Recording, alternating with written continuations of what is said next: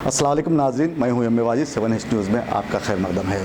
شہر حیدرآباد کے علاقے اوپر پلی میں واقع ہیپی ہومز کالونی میں سیکس ریکٹ کو پولیس نے بے نقاب کر لیا ہے۔ پیش ہے اس معاملے پر 7H کی یہ رپورٹ۔ جیسے ہی ہمارے کانوں میں لفظ جسم فروشی پڑتا ہے تو برے خیالات کا ایک سلسلہ انسانی ذہن میں چل پڑتا ہے، اور نہ جانے ہم اس لفظ اور اس کے استعمال پر اتنے حیران اور پریشان کیوں ہو جاتے ہیں، جبکہ یہ شعبہ انسانی زندگی کا سب سے قدیم، لازوال اور متحرک شعبہ رہا ہے۔ یہ وہ شعبہ ہے جس سے دنیا کا کوئی حصہ خالی نہیں، اور نہ ہی کوئی اس کو ختم کر سکتا ہے۔ لیکن یہاں سوال یہ پیدا ہوتا ہے کہ آخر اس کو ختم کرنے کی خواہش کے باوجود ختم کرنا مشکل و ناممکن کیوں ہو گیا ہے؟ شہر حیدرآباد میں بھی اس کاروبار میں اضافہ ہی ہو رہا ہے۔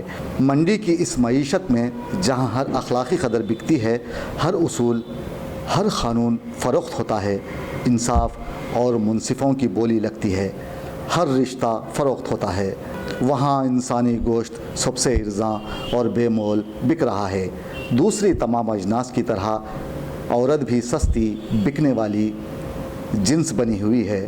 آپ کے اسکرین پر جن 3 خواتین کو آپ دیکھ رہے ہیں، ان میں ایک ہے نشا خان، جو ایک نابالغ لڑکی کو نوکری دلوانے کے بہانے اسے قیدی بنا کر رکھا اور اسے جسم فروشی کے لیے مجبور کرتی رہی۔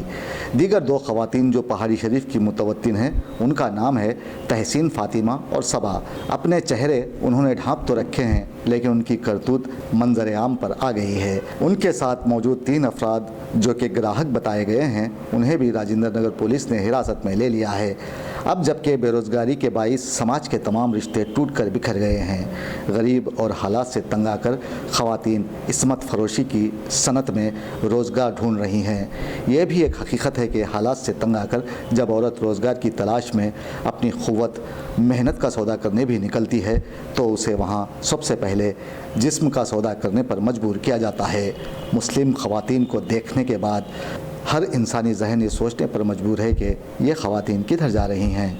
ہمارے رہنما یوں تو ملت کے لیے جان دینے کی بات کرتے ہیں، لیکن ایسی خواتین کو روزگار سے جوڑتے ہوئے انہیں عزت کی زندگی گزارنے کا موقع فراہم نہیں کر سکتے، اور یہی حقیقت ہے، تلخ حقیقت جسے جھٹلایا نہیں جا سکتا۔